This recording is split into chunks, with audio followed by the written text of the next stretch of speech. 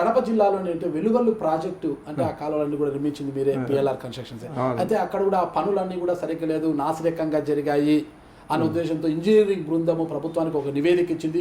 మీ వినండి, ఇంజనీరింగ్ బృందం నివేదిక లేదు, మాకు అంతా ఫైనల్ బిల్ కూడా ఇచ్చేశారు, మా డిపాజిట్లు రావాలంతే. గడికోట శ్రీకాంతరెడ్డి గారు బంధువు ఇప్పించారు మీకు బిల్లులు అనేది. అది కూడా తప్పు, అది కూడా తప్పు. కేవలం శ్రీకాంత్ రెడ్డిని అక్కడ పార్లమెంట్ సభ్యుడు అయిన తర్వాత మా కొడుకు మిథున్ రెడ్డిని ఇద్దరిని కూడా రాజకీయంగా ఇబ్బంది పెట్టాలా, వీళ్ళు రాజకీయంగా అన్పాపులర్ చేయాలని చెప్పి దీంతో అక్కడ నాసిరకమైన పనులు చేస్తున్నారని చెప్పి ఒక కుట్రపూరితంగా అక్కడ రమేష్ రెడ్డి దీన్ని బయటకు తీసుకొచ్చి ప్రచారం చేయించడం జరిగింది. మరి దానికి దీటుగా మేము డిపార్ట్మెంట్ వాళ్ళ దగ్గర ఏమీ అడగలేదు, ఇట్లా చేయాలి అట్లా చేయాలని. మేము మళ్ళా చాలా మిషన్లు ఒకేసారి పెట్టి దగ్గర 27 లక్షలు దగ్గర మొత్తం 30 lakhs దాకా పెట్టి నీళ్లు మళ్ళా కడదాకా తీసుకుపోయే సౌకర్యాన్ని కల్పించి రైతులందరినీ కూడా మెప్పించడం జరిగింది. అంతే తప్ప పిఎల్ఆర్ కన్స్ట్రక్షన్ దాన్ని బ్లాక్ లిస్ట్ లో కూడా పెట్టారు, దాని గురించి ఏం లేదు, ఎప్పుడు పెట్టలేదు. ఒక రోడ్డు అది కూడా క్వాలిటీ చేయకుండా కాదు, మేము అగ్రిమెంట్ కాకముందే పని మొదలు పెట్టినామని చెప్పి నా మీద పోటీ చేసిన వ్యక్తి ఆయన వెంకటరమణరాజు అని, ఆయన పుంగనూరు టౌన్లో, వాడేమో గవర్నమెంట్లో ఉన్నాడు, శాంక్షన్ చేపిలేడు. శాంక్షన్ చేపించి ఊరు బాగా చేద్దాం అనుకోడు. మేము చేపించి తెచ్చి మేము పని చేపిస్తే గవర్నమెంట్ ఆఫ్ ఇండియా అది నేషనల్ హైవేస్ది చేపిస్తే అగ్రిమెంట్ కాకనే పని చేస్తారని చెప్పి ఒక కంప్లైంట్ ఇచ్చి దాని మీద ఎంక్వైరీ చేసి దాని మీద బ్లాక్ లిస్ట్ చేసినారు. హైకోర్టు మనం స్టే ఇచ్చారు, క్వాలిటీ చేయకపోతే బ్లాక్ లిస్ట్ చేయాలి.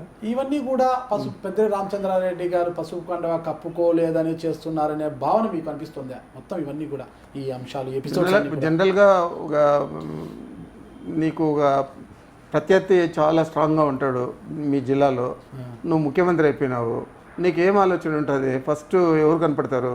మీ జిల్లాలో బాగు చేసుకోవాలని ఉంటుంది. కాబట్టి నన్ను ఇబ్బంది పెట్టాలని చెప్పి చంద్రబాబు అనుకోవడం అది సర్వసాధారణ, ఆశ్చర్యం ఏమి దాంట్లో. మీరు సాధారణ ఎమ్మెల్యేగా దాదాపు ఒక 6-7 టర్ముల నుంచి రాణిస్తూ వస్తున్నారు, 5 టర్ములు రాణిస్తారు, కొన్నిసార్లు ఓడిపోయారు, ఒక 5 సార్లు ఎమ్మెల్యేగా రాణిస్తుంటే రాజ్యాధికారికి దూరంగా ఉంటారు. కిరణ్ కుమార్ రెడ్డిని ఎదుర్కొన్నారు, చంద్రబాబు నాయుడు ఎదుర్కొంటున్నారు. ఇప్పుడు అంటే అధికారానికి దూరంగా ఉంటూ ఒక ఎమ్మెల్యేగా ఉంటూనే సమాంతర పాలన సాగిస్తున్న మీకు వాళ్ళందరూ ఎదుర్కోగలంటే ఆ గుండె ధైర్యం ఏమిటంటారు? అసలుకి మన ప్రజాబలం ఉంది కాబట్టి, వేరే ఏం లేదు, ప్రజాబలం, ప్రజలు ఉన్నారు నా చుట్టూ. పార్టీలో కీలకంగా ఉంటున్న మిమ్మల్ని కొన్ని ప్రశ్నలు అడగాల్సి వస్తుంది, ఎందుకంటే ప్రస్తుతం ఇప్పుడు రాష్ట్ర రాజధాని అమరావతికి మారింది.